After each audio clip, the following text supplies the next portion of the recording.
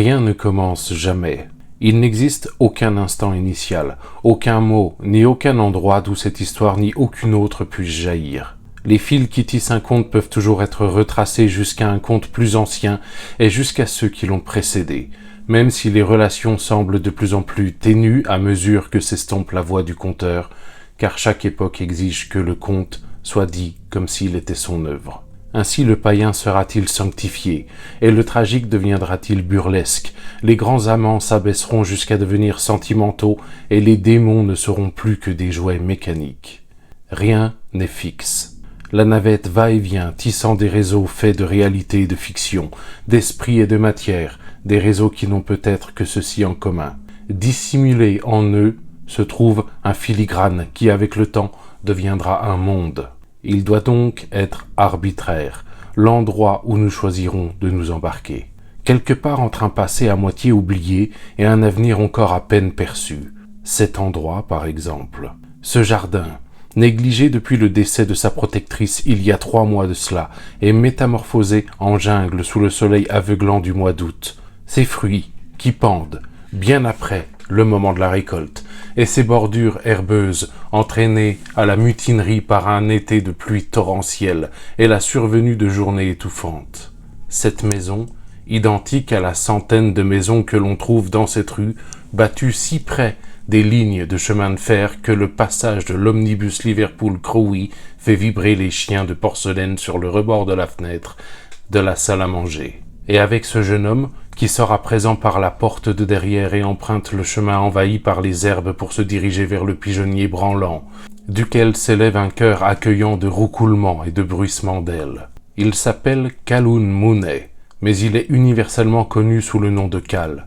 Il est âgé de 26 ans et cela fait 5 ans qu'il travaille dans un cabinet d'assurance du centre-ville. C'est un emploi qui ne lui procure aucun plaisir, mais une évasion de la ville où il a passé toute sa vie semble plus improbable que jamais depuis le décès de sa mère, ce qui explique sans doute l'expression de lassitude sur son visage bien fait. Il s'approche de la porte du pigeonnier, l'ouvre, et à cet instant, faute de mieux, notre histoire prend son envol.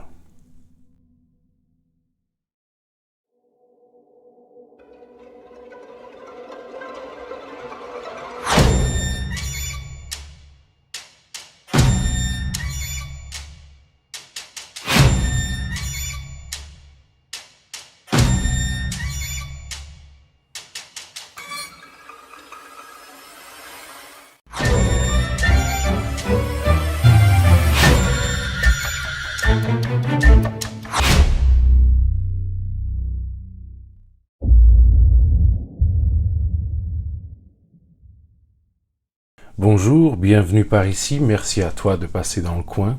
Aujourd'hui, je te retrouve pour te parler du livre que j'ai choisi pour valider la catégorie My Generation. Lire une œuvre parue l'année de ta naissance pour le challenge lecture à vos livres. Personnellement, je date de 1989. Et je vais te présenter le livre Le Royaume des Devins de Clive Barker, paru en 1987.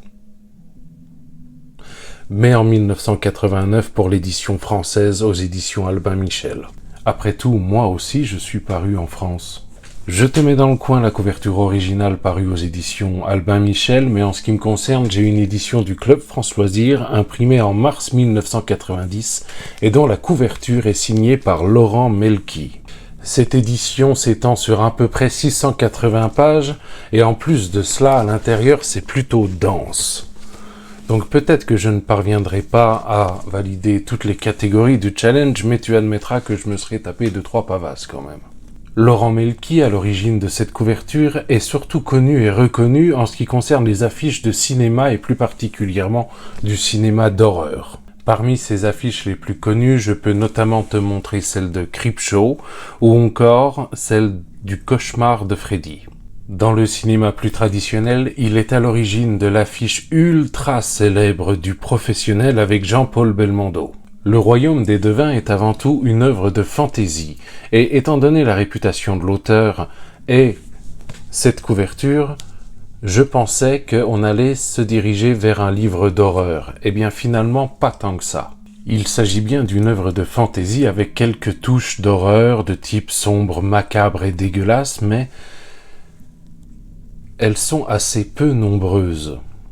Je trouve que la couverture ne représente pas bien le contenu de ce bouquin, bien qu'elle soit extraordinairement badass. J'arrive à percevoir quelle scène est illustrée sur cette couverture, mais c'est tellement différent de ce qui est exprimé dans le récit que je me suis permis de contacter monsieur Laurent Melki pour lui demander quelles avaient été ses sources d'inspiration, ou encore ses contraintes ou ses instructions. Il ne m'a jamais répondu. Tant pis. Clive Barker est un écrivain britannique né en 1952 à Liverpool. Il est très connu pour ses romans d'horreur et notamment la série des Livres de sang, des recueils de nouvelles en 6 volumes dont la parution date des années 1984 et 1985. Donc le type, il a carburé.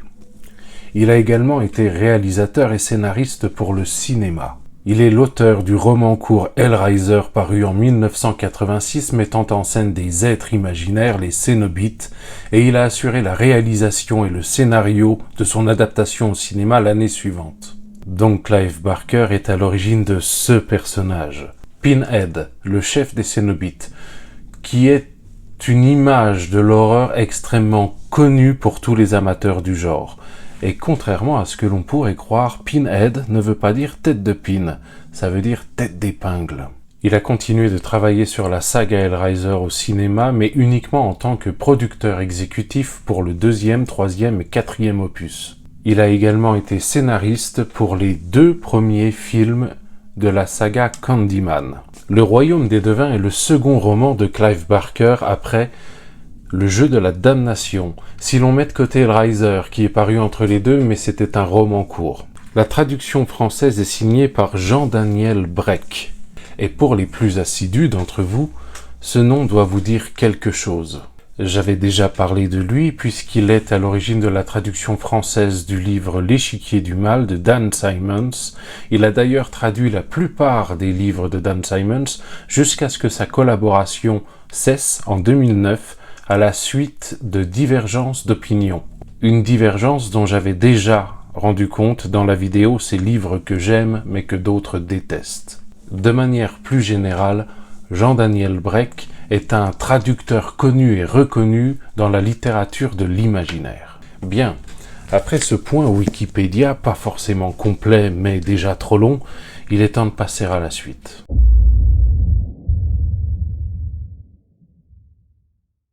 Cal Unmunet, plus simplement surnommé Cal, est un jeune homme de 26 ans travaillant dans un cabinet d'assurance. Un jeune homme sans histoire qui s'occupe de son père depuis le décès de son épouse, la mère de Cal, survenue à peine 3 mois plus tôt. Alors qu'il est dans la maison de ses parents, il décide de rentrer dans le pigeonnier afin de réparer la porte qui se dégrade. En l'ouvrant, le pigeon préféré de son père, un pigeon du nom de 33, s'évade, préféré parce que c'est un pigeon de compète. Il pourrait attendre que le pigeon rentre à la maison comme il a l'habitude de le faire, mais cette fois-ci, il ne veut prendre aucun risque. Il ne veut pas prendre le risque que le pigeon 33 s'évade définitivement et porter un nouveau coup au moral de son paternel. Alors qu'il suit 33 à travers les rues de la ville, il se rend vite compte que l'ensemble des oiseaux semble former une sorte de spirale autour du même endroit, comme un point focal vers lequel tous les oiseaux semblent se diriger. Il se retrouve au pied d'une demeure en train d'être vidée par une équipe de déménageurs dans un coin de la ville qu'il n'a jusqu'alors jamais visité. La rue Street, c'est le nom de la rue. Street. L'équipe en charge de vider la maison est encore présente sur les lieux. L'ancienne occupante vient à peine de décéder. Il aperçoit 33 sur un rebord de fenêtre et demande à l'équipe l'autorisation de pénétrer dans la propriété pour récupérer son pigeon. Commence alors pour Cal une traversée plutôt acrobatique au sommet d'un mur car il veut récupérer son pigeon de l'extérieur. Il ne veut pas prendre le risque d'ouvrir la fenêtre et de l'effrayer. Au pied de ce mur, l'équipe de déménageurs a étendu un vieux tapis et lorsque Cal l'aperçoit, il se rend vite compte que ce n'est pas un tapis normal. Il semblerait que chaque fibre renferme un secret, que chaque motif ornant ce tapis ait été fait par une sorte de magie. Ce n'est pas un tapis ordinaire, c'est la trame. Et à l'intérieur de la trame se cache le royaume des devins. une sorte de pays des merveilles peuplé par des êtres aux capacités extraordinaires. La femme qui habitait cette maison était la gardienne de la trame. Elle vivait seule et isolée du reste de sa famille. Mais avant de passer l'arme à gauche, elle a transmis son secret à sa petite fille, Susanna. Susanna est désormais la nouvelle gardienne de la trame, ainsi que de tous ses secrets et de toute la magie qu'elle renferme, dont elle ignore pour l'instant la portée et les détails. Depuis que Cal a aperçu la trame, il ne pense plus qu'à ça, et c'est en suivant cette obsession qu'il va rencontrer pour la première fois Susanna. Les deux vont très vite travailler de pair pour protéger la trame d'une grande menace. Des êtres maléfiques sont à sa recherche. Ils veulent la posséder, ils veulent la gouverner ou encore même la détruire. Ajoutez à cela un mal qui rôde depuis plusieurs millénaires sur le point d'être libéré. Il semblerait qu'un univers entier vive caché dans le nôtre.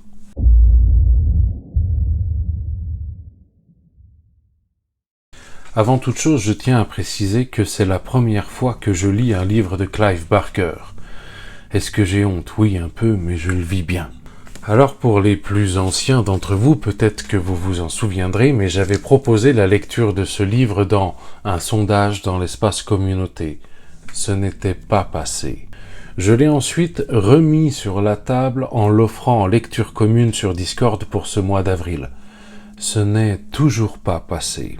Et puis je me suis rendu compte, mais complètement au hasard, qu'il était paru en France en 1989. Donc c'était l'occasion de l'inclure dans le challenge lecture en cours. Et cette fois-ci, il allait passer. En tout cas pour moi, puisque information importante, tout le monde n'est pas né en 89. Bref, c'était l'occasion, et en plus de cela, je sortais de la lecture de La Métamorphose de Franz Kafka, donc j'avais un peu besoin de me faire plaisir. Étant donné la couverture, la réputation de l'auteur et la petite description qui est faite ici sur le repli de la jaquette, je pensais que j'allais avoir droit à une œuvre 100% horrifique. Eh bien, je n'ai pas eu ça. J'ai eu tellement plus. Il y a un peu d'horreur, mais pas assez pour que je puisse le qualifier de livre d'horreur. Je suis stupéfait, sous le choc, ébahi, admiratif par l'ambition du royaume des devins de Clive Barker. Mon Dieu que c'est ambitieux, et putain de bordel de merde, qu'est-ce que c'est réussi. Je suis plutôt réfractaire à me lancer dans des lectures dans le genre de la fantasy, puisque de base ce n'est pas mon style de prédilection, et très souvent ces romans te proposent une mise en place extrêmement complexe de tout un univers, toute une mythologie, et toute une histoire qui parfois remonte sur plusieurs millions d'années, et c'est un genre qui se prête bien à des sagas sur 2, 3, 4, 5, 10, 15, 20 tomes. Je n'ai pas envie de me lancer dans des sagas littéraires qui comportent 400 bouquins, parce que je n'ai pas le temps, je n'ai pas la patience, je n'ai pas l'envie, et au bout d'un moment, ça sonne plus comme un rappel commercial. Avec le Royaume des Devins, sur 680 pages, tu as la découverte, la mise en place, l'exploitation d'un univers entier, riche et complet, parsemé d'actions qui ne fait jamais semblant, avec de vrais enjeux, de vrais coups de théâtre, de vrais retournements de situation et de vraies bascules qui te retournent le cerveau au sein d'une histoire qui a un début, un milieu et une fin. Là, il me faut apporter une première nuance. J'ai trouvé, moi, personnellement, cet univers riche et complet. Pour les plus adeptes du style fantasy, je sais qu'il est particulièrement appréciable de connaître le moindre détail jusqu'à l'alliage duquel est fait l'épée du chevalier et les mines desquelles sont extraites les minerais et qui a exploité ces mines en premier. Bref, pour moi, là, on est dans l'excès. En ce qui me concerne, pour la découverte, la compréhension et l'émerveillement liés à un nouvel univers décrit dans le Royaume des Devins, ça a parfaitement fait le café. Pour moi, ce livre, c'est entrée, plat, fromage et dessert dans un 3 étoiles Michelin qui te sert des quantités de restaurants routiers. Et ça part de rien, ça part d'un tapis. Et à partir de ce tapis, tu découvres un monde caché et toute une mythologie. Dans les idées de cette histoire, je retiens celle particulièrement marquante qu'en contrôlant le désir d'une personne, finalement, tu la contrôles dans son entièreté. Et c'est une notion qui est poussée à son extrême dans cet ouvrage à l'aide de différents artefacts magiques. Mais j'ai trouvé que c'était intéressant comme point de vue de démontrer à quel point une personne est capable de s'humilier, de se rabaisser, de se mettre à ton service, si tu lui promets ce que son cœur désire au plus profond. Tu en fais ta marionnette. J'entends souvent dire que la qualité d'une histoire peut se résumer à l'efficacité de ses antagonistes. C'est une notion avec laquelle je ne suis pas totalement d'accord, mais admettons. Dans le royaume des devins, ils sont absolument tous effroyables. Ils n'ont aucune limite. La fin justifiera toujours les moyens. Ce n'est pas une lecture à prendre à la légère. Le royaume des devins comporte un très grand nombre de personnages. Et pour en profiter pleinement, il est nécessaire de faire un petit effort de concentration et de compréhension pour réussir à les lier entre eux. Essayer de comprendre qui est qui fait quoi. À leur sujet, si j'avais un premier reproche à faire, ce serait que certains m'apparaissent comme plus que facultatifs. Cependant, tout comme le monde duquel ils sont originaires, tous les personnages sont hauts en couleur.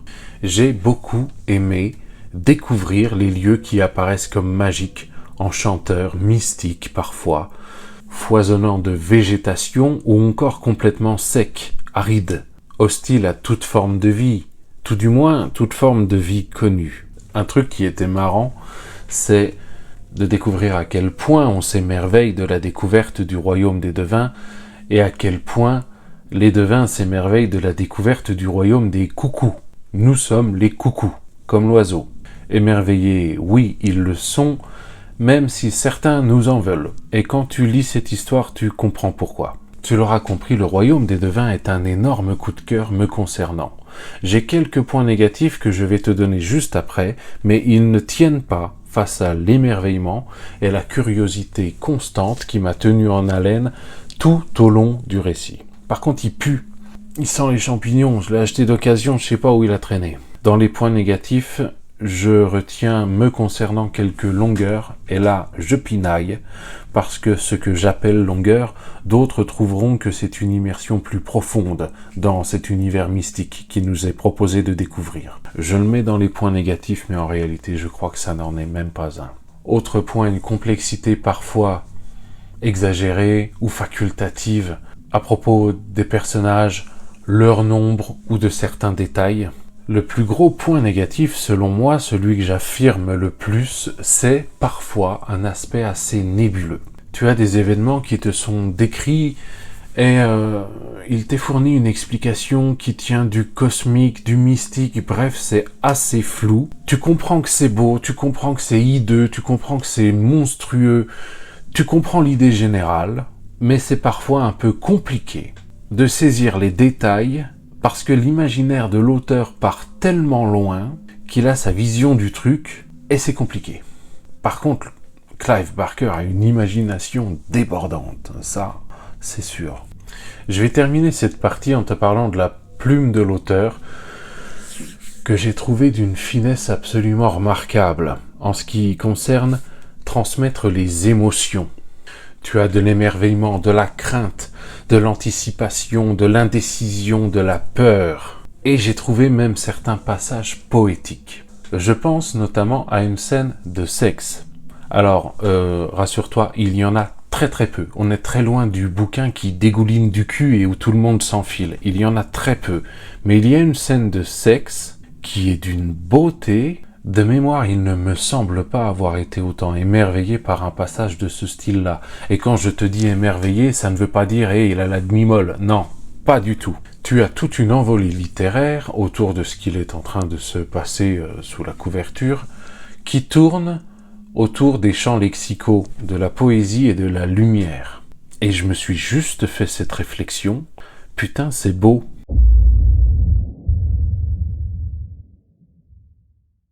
Est-ce que je te conseille la lecture du Royaume des devins de Clive Barker? Oh bah oui, oui, puis alors sans surprise et sans hésitation. En ce qui me concerne, c'est un gros coup de cœur, bien moins cependant que Chronothermostat digital pour montage en saillie, mais bien réel pour autant. Si tu as soif d'imaginaire, si tu veux t'évader, si tu veux voyager, alors vas-y, fonce. Ce n'est pas un roman d'épouvante. c'est un roman de dark fantasy. Évidemment, si rien de tout cela ne t'intéresse, est-ce que je te le conseille?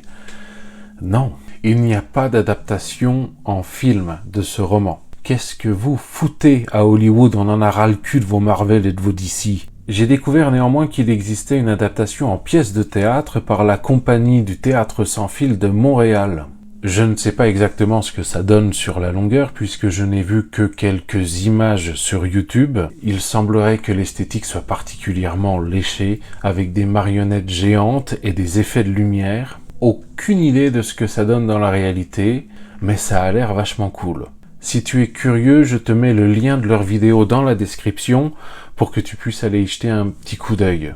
C'est tout pour cette fois, mais c'est déjà pas mal. J'espère que cette vidéo t'a plu. Si ce n'est pas le cas, sache que j'en suis particulièrement brisé, détruit de l'intérieur, rongé. Mes nuits ne seront plus jamais les mêmes. Si tu as déjà lu Le Royaume des Devins de Clive Barker, n'hésite pas à partager ton avis dans l'espace commentaire. Il s'agit de la toute première œuvre de Clive Barker en livre que je découvre, et bien évidemment que j'ai envie d'en lire d'autres. Et tu peux partager également tout ce qu'il te fera plaisir de partager dans les commentaires, ils sont aussi là pour ça.